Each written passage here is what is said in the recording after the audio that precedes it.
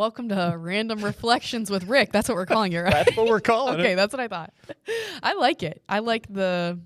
This is your first time to host the Random Reflections with Rick. It is. Yeah. It feels so special to be chosen for this too. I must be doing okay on the other one for you guys. Well, I thought it would be good for you to host this since you have a 5-year-old. Yeah, no, for real. Yes, that is good. I was going to ask you, everybody today, like our topic is going to be parenting.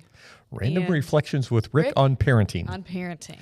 It would be better if Deb were here along with me. Oh, yes, I know. She is the expert. She's the expert, but you get to live with such an expert, so I'm sure some of that's rubbed off on you a little bit. Absolutely. So yeah, tell everybody what are your credentials? Like how why do you get to talk about parenting?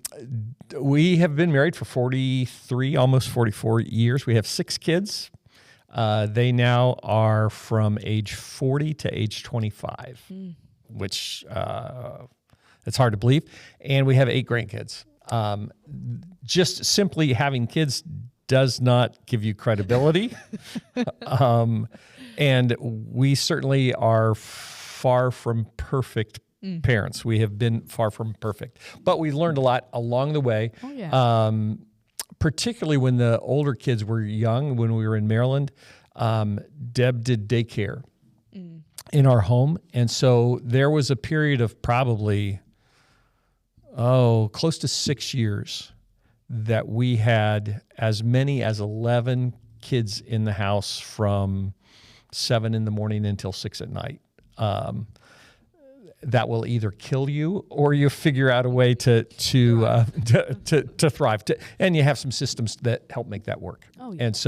And it is really funny that our older kids look back on those days with a tremendous amount of affection and nostalgia.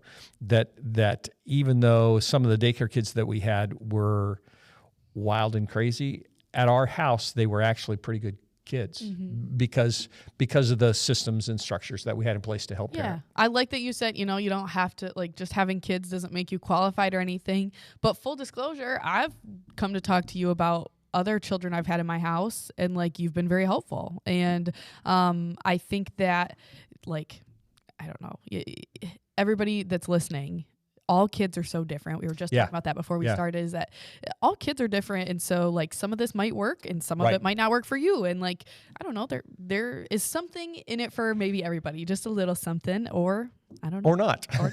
Yeah. We'll see. Part of why I wanted to just talk about this and have it out there if anybody cares, both of you who are watching, enjoy. What I really want to talk about is principles.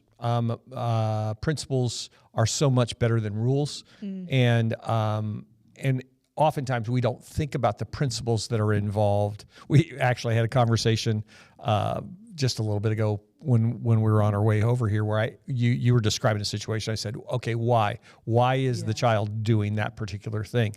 Because that helps you figure out what your response is. Oh, yeah. And then in the context of the principles that are involved, that really helps define how you want to react, and what you need to do, what the path forward is at that point in time. Yeah. It goes back to the FIPA, the facts, intuition, principles. Watch that episode. Go back for that one. To figure out what to do. Yeah, well, let's jump right in. Okay. So go ahead. One note that you had was childish irresponsibility versus willful disobedience. Yeah. Well, you know what? Let me start. Let me probably take a step back and start. Yeah, this is your thing. Go ahead, whatever you want. It's hard to figure out how to do this and have it be conversation Q&A kind of thing. But the biggest picture in terms of parenting, that probably the most important thing and the hardest thing, this is the hardest thing that you'll hear, is the key, I think, to good parenting is being consistent. And it's so easy for parents to not be consistent. So they may one day say, oh, you can do this, and 2 days later, there's all kinds of stuff going on at work. They're stressed. They get a bad phone call from a friend or something like that. And the child says, hey, could I do that? And 2 days ago it was okay. And at that point in time, the parent kind of flips out and says, no, you can't do that. And it's like, for the child, where's the consistency in that?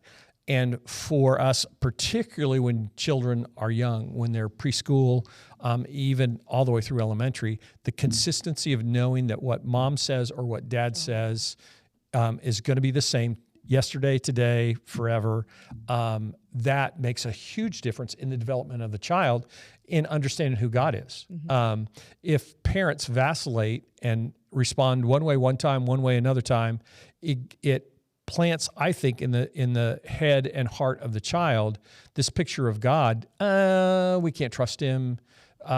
You never know how he's going to change. When he's going to change his mind, and understand that in the big context, how we relate to our children helps frame their understanding of who God is. And so, in discipline, when I would discipline the kids when they were little. One of the things I said, and they probably hated it, but I said, this, they're like flashbacks. they'll go into that. I would say consistently, if you can't learn to obey Dad, you'll never learn to obey God. And if you think you can talk your way out of it with Mom or Dad, you'll think you can talk your way out of it with God. You'll think that you can rationalize your sin. You can talk your way out of your bad behavior, the sinful things that you've done. And when our lives are done and we stand before God, we can't.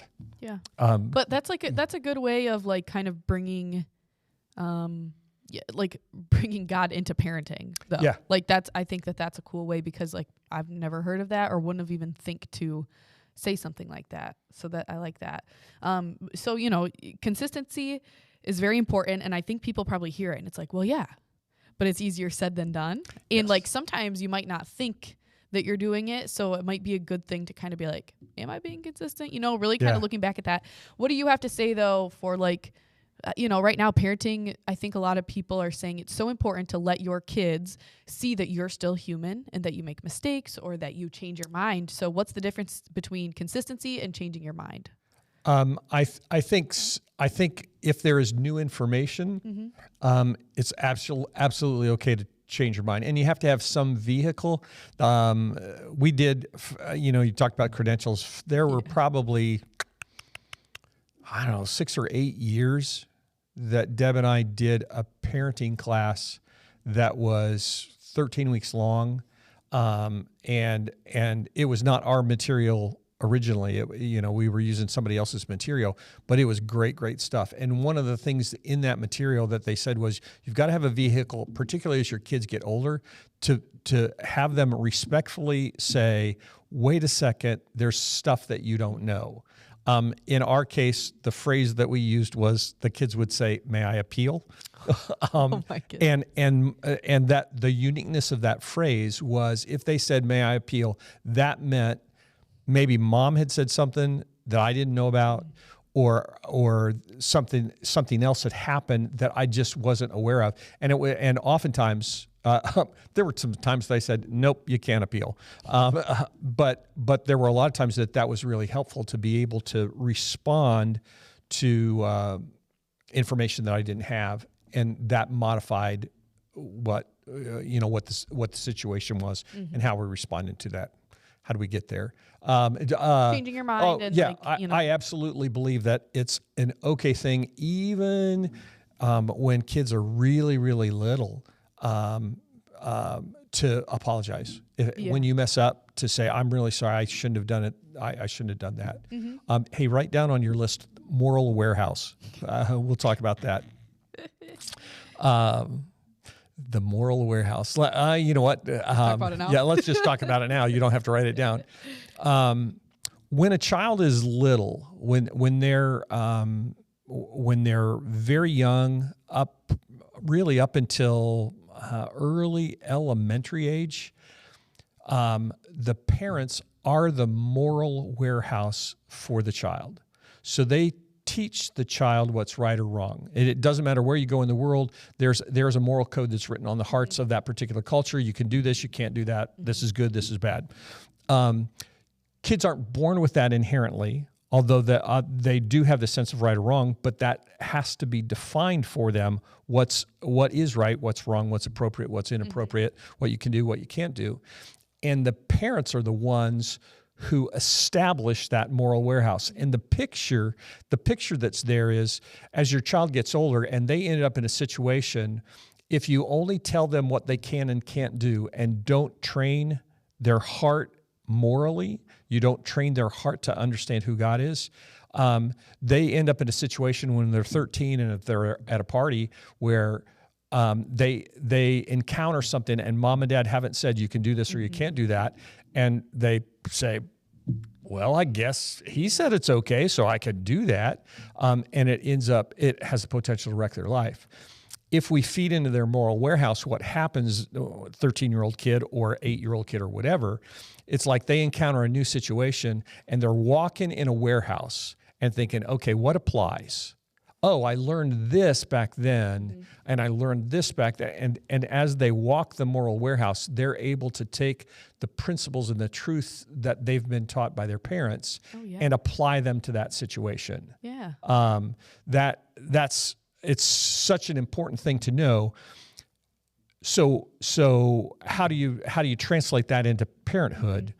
When you've got a 2-year-old or a 3-year-old or a 5-year-old or whatever it is, you have to be aware that you're constantly teaching the moral reason why they have to do a particular thing. They have to act in a certain way. So there is it's easy for parents to say when a kid says, why do I have to obey? Why do I have to obey you? Because I said so and I'm your parent. Yeah. That's great. But that's not really helping them at all. It's not really helping them at all. But to be able to frame that and say, you know what, if you don't learn to obey me, you'll never learn to obey God. And so this is about obedience. It's not about that particular thing. And you need to learn how to obey. You'll have to obey when you're an employee, when you're an adult. It doesn't matter, if you're president of the United States, you still have to obey.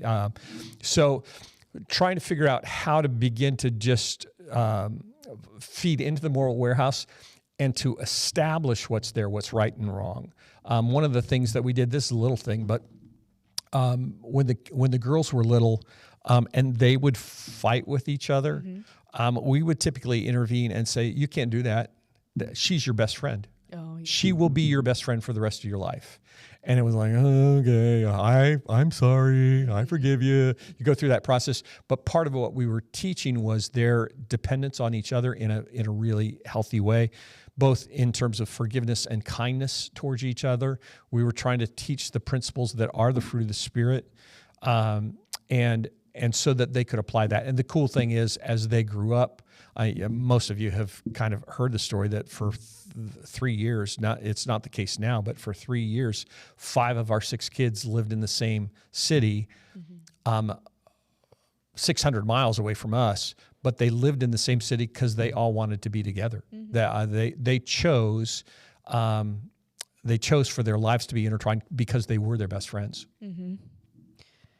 I think that is important, that sometimes people forget, because today's day and age, and maybe it's just what I see on the internet and everything, it's so people are just writing off family and saying no contact, things like that. Like, well, you made me mad, that's it. You've hurt me, that's it. And so I think that is good to teach, even when people are, young. So do you want to jump into the childish irresponsibility versus willful disobedience? Yeah, I think this really is random reflections. Hey, that's all right. It's in the title. People can't get mad. That's right. What it is. It's weird stuff. I think it's helpful to recognize, as you parent, particularly preschoolers, the difference between what we always called childish irresponsibility and willful disobedience. Childish irresponsibility is when you're sitting around the table and the child reaches to go get a piece of toast, and in the midst of that knocks over their glass of milk or juice or whatever, and it goes all over the mess. What happens oftentimes in many, many families is that causes the parents to go ballistic. And in reality, it's a 3-year-old who doesn't have full control of their body, just not being aware of their circumstances. And so your response to childish irresponsibility is to recognize that that's what it is, to teach through that process and to not freak out about it, to say, hey, you know what? It's okay. Let's do this instead. Let's put the sippy cup, put the lid back on the sippy cup. Are they still called sippy cups? Yeah. That's okay. That's back in the Tupperware days. That's what we called them all the time. Or let's make sure that we put the cup a little bit farther away so you don't bang into it, but to not freak out about that. And that's hard because when that happens, it causes a change to our schedule, to all, we got to clean up all the stuff. Sometimes you got to get all new food, you got to do all that. That's a very different, that's a very different thing, and it warrants a very different response than when you say, hey, your glass is too close to the edge of the table, you need to move it, and the child looks at you and goes, and knocks it over. Mm-hmm. That's willful disobedience. When you give instruction and say, you need to do X, and they say, not doing it, you can't treat those two things the same way, childish irresponsibility and willful disobedience, because as a parent, we're called to teach our kids to obey. Mm-hmm. And if we teach them that it's okay to willfully disobey, man, that is a recipe for disaster for their teen years, for their adult lives, because it's like, no, I get to determine what's right or wrong, and nobody's ever going to tell me what to do.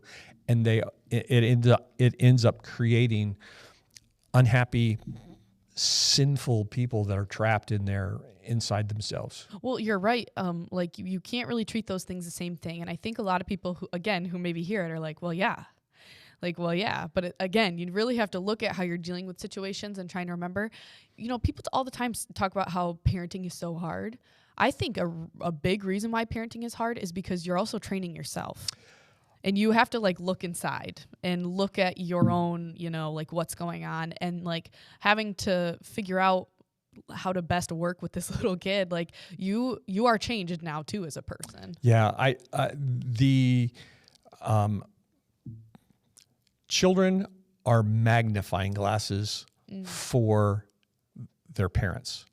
They magnify, amplify the parents' best qualities, or they can. Yeah. And their worst qualities. And so I think one of the hardest things about parenting is recognizing that the behavior of your kids, they learn that somewhere. Mm-hmm. So when people don't talk on the phone anymore, but back in the days when you talked on the phone, when somebody would call and the child would answer the phone and the parents would say, "Tell them I'm not home." And the kid would look and say, "But you're here talking, tell them I'm not home." They're not home. Okay. Well, then the next day when the child lies to the parents, they've already established that's okay behavior. And so the consistency from the parents in their own behavior, their own consistency in following Jesus, and their ability to admit when they mess up, and ask for forgiveness, all that's really, really hard. And I do think the thing consistently that we heard in our parenting class was that people would come every week and they would just say, this is so hard. It's so hard to implement these principles because you have to deal with those things. Yeah. And they oftentimes are a reflection of the sin that's in us. Oh, yeah. And okay, so talk about this a little bit. I was at a women's group last night, and it was all about comparing ourselves to others. And so we're all mothers there. And so a big thing we talked about is seeing other people's kids act a certain way, but my kids don't act that way. And I don't know what to do, kind of a deal. And so, you said, well, our children are a magnifying glass. So to the people who are like, I can't control my kid, but like I have other kids, maybe like my oldest daughter is fine and my middle child is going crazy. So talk about that, I guess, to some people who, because like, again, comparison and comparing is like a me problem or like a you problem. Like that's everybody does it at one point or another. So talk to those moms who are like, I don't know what to do. I think it's hard because every child is different. Yep. And every season is different as well. Like Deb and I were talking to somebody not very long ago and said, our three oldest girls were pretty sheltered and protected as they were growing up. They weren't exposed to a lot of stuff that was age inappropriate for them. Okay. Well, let's just say it that way. But then there was a 5-year gap after Holly was born, before Gabe and Joe were born. So Leah, Annie, and Holly didn't have older kids in the house. And what was appropriate for Leah, Annie, and Holly when they were 12, 10, and 8 was Gabe and Joe were 3 and 2. So at 3 and 2, they were exposed to stuff that Leah and Annie and Holly never were. Yes. Because it was age appropriate for Leah, Annie, and Holly. And figuring out how you navigate that it's just tough. Yeah. And you trust the Holy Spirit to go in and fill the blanks. Every kid is different. Every season is different, and you have to constantly seek God for, okay, how do we navigate this? How do we do this? And then, when Micah was born, at that point, we've got a 16-year-old, a 14-year-old, a 12-year-old, an 8 and a 7-year-old, or a 7 and a 6-year-old, I guess, at that point. And so the stuff that Micah was exposed to with old teenagers and young adults at home was just radically different. Yeah. So you have to figure out how to do that. I think you can't compare. I do think that, there is the phrase that I probably heard a number of times when I was a kid, and I would say, Rich Shear can do that. And my mom would say, I'm not Rich Shear's parents. Yep. I'm not his mom.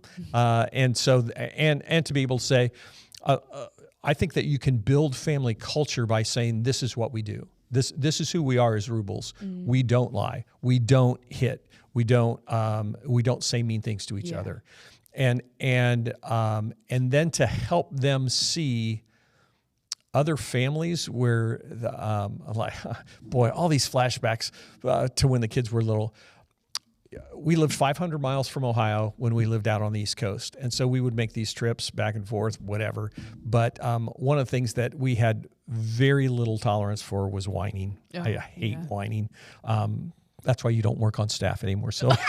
Oh my gosh, Rick, people are going to think you're serious. I'm not serious. Sylvia's not a whiner. Not a whiner. But we constantly tried to use tools to teach our kids how ineffective whining was. It wasn't going to create a change in response, but just how ugly it was. And there were a number of times that we were out, would be out at McDonald's when we were traveling. The instance I can remember in my mind, we're in McDonald's and there are these kids that are just whining incessantly, and Leah, the oldest one, I think, said, "Is that what we sound like when we whine?" Bingo. Yep. And the dots connect. Yes. So okay, so this is so funny. My foster daughter, sometimes you just have to teach kids, that is what's dramatic. Right. And what, because, I say, sorry, you can't wear a dress today. It's below freezing outside, that's just not what we're going to do today. And well, okay, then I guess I should just throw away all my dresses. I'm like, okay, so that's a little dramatic. And so then we talk about saying what you mean and mean what you say, and the importance of what we say and what we're going to let come out of our mouths. But then it's funny because I have a niece who is a little bit all the time dramatic. Yeah. And my foster daughter actually said at one point, to her, well, don't you think you're being a little dramatic? And I'm like, so great. Wow, okay. That's so great. At least you're learning. But so I wanted to talk a little bit. You're kind of hinting around it and talking about a little bit. Let's talk about discipline And, you had a note on here, first time obedience. And how do we get there? Yeah, I think in our culture, there are two issues that impact the hearts of kids most significantly, and those two things are first time obedience and too many choices. So let's just talk about first time obedience. The cultural norm is to say, Billy, go pick up your toys.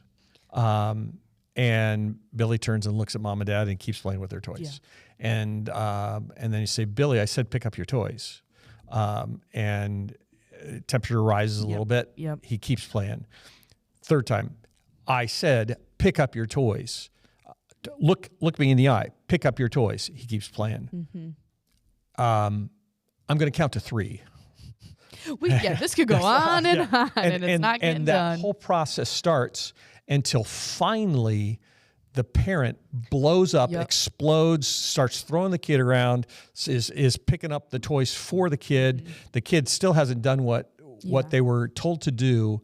And it would have been so much easier to say, Billy, pick up your toys.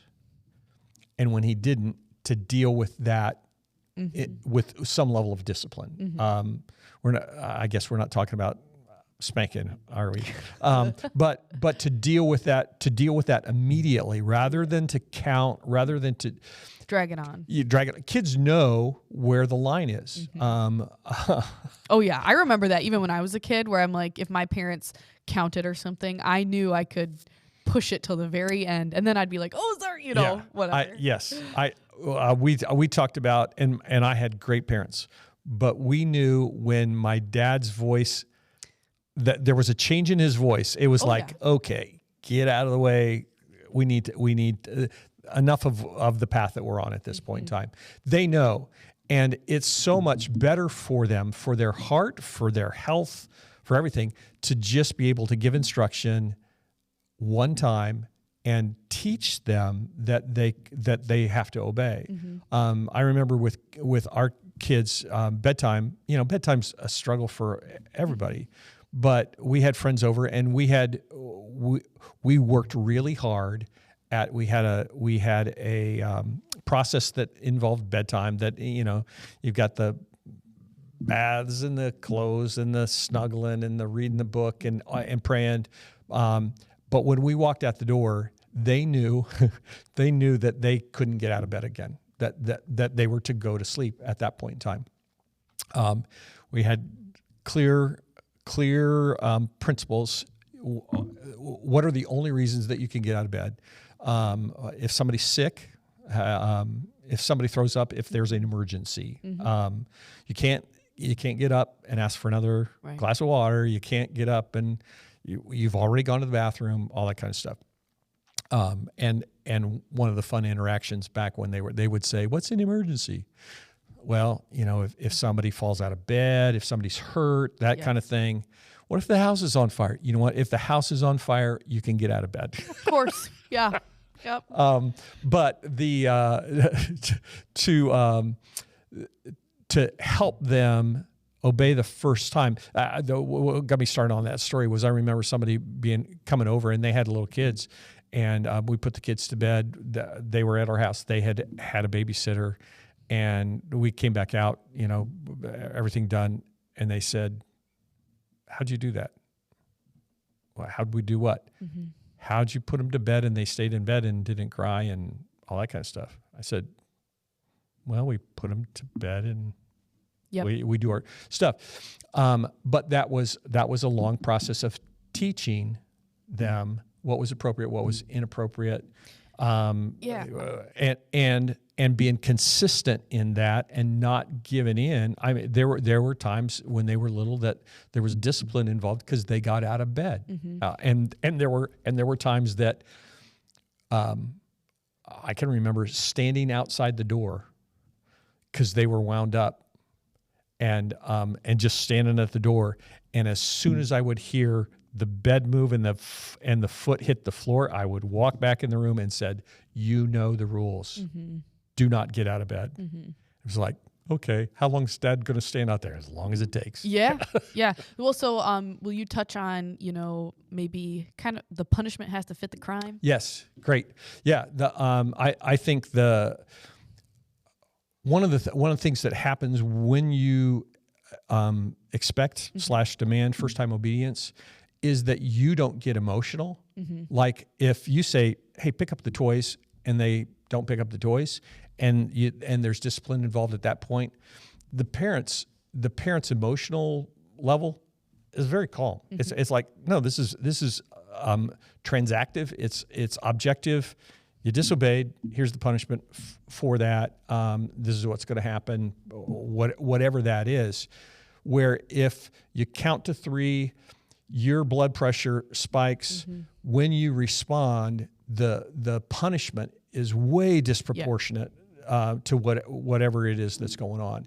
And so you've got to have there are structured consequences that come from misbehavior, and there are natural consequences that come from misbehavior. So you know what, if a kid, if you say to a kid, don't ride your tricycle on the steps, and they do, you don't need to punish them. Right. Because they're going to crash and burn and have bumps and bruises and scrapes. That's a good time for a conversation once they've calmed down to be like, hey. Right? It's a natural consequence of their behavior. You don't need to have structured consequences after that. But there are other things to say, no, if you get out of bed, this is what's going to happen. This is the punishment that's going to happen, the discipline that's going to be involved in that. And so you have to, it takes a ton of conversation between spouses and thinking about what's appropriate, because what's appropriate for you, the pattern that you grew up with may be radically different than what Jake grew up with. Yeah. And so to figure out what that is and be on the same page so that there's consistency in both parents as well as consistency with the kids is really important. And like we keep saying, all kids are different. Yep. Because I know that not spending time with family is going to hurt a lot more, maybe. Yeah. Like saying, oh, you're going to have to miss out on this activity. Like that's going to hurt a little bit more than just saying like, well, I'm going to take this toy away or something. Yep. You know what I'm saying? Like, so it's like you have to know your kid too. And like they have to understand like, oh my gosh, like they're serious. Yeah. And this ties in with being consistent as well. But you said it's hard because being consistent takes a lot of effort on the parent's part, and you miss out of fun things sometimes. Yeah. Like just as an example with our foster daughter, we were going to go ice skating this past winter and we had it all planned out, like, everything, whatever. And she kept like misbehaving. And I had told her like, hey, like if this continues to happen, we will not go ice skating. And it was so hard, but it kept happening. And I'm like, we cannot go ice skating because of this behavior. And it was so hard. We wanted to go ice skating so bad, and it would have been such a fun experience for everybody. But it's like you have to follow through. Yes. You can't just throw it out there and then not do anything about it, because, again, they'll learn. Right. Kids are so smart. Right. They'll learn so fast how far they can push you, and if you're really serious with your, And the lesson of obedience is, in the long term, is if it probably far outweighed the fun of ice skating. Oh yeah. You're talking about appropriate for the child. Matt Proctor, when he preached at Northpointe, said that when he got in trouble as a kid, they took away books. Oh, yeah. Because that was what that's what he lived for. Yeah. He really, really liked to read. For me, when I was a kid, if I was isolated, like if I was away from people, that was like the worst thing possible. Yeah. For other people, it's like, no, you need to go be with people. And it's like, no, I don't want to do that. Yep. So figuring out what that is really important. Well, and just remembering that kids, like you had to learn at some point, all of these things, how to be a human. And that's your job as the parent is to like teach kids these things, and that they really truly believe that they are wise in their own eyes. Yeah.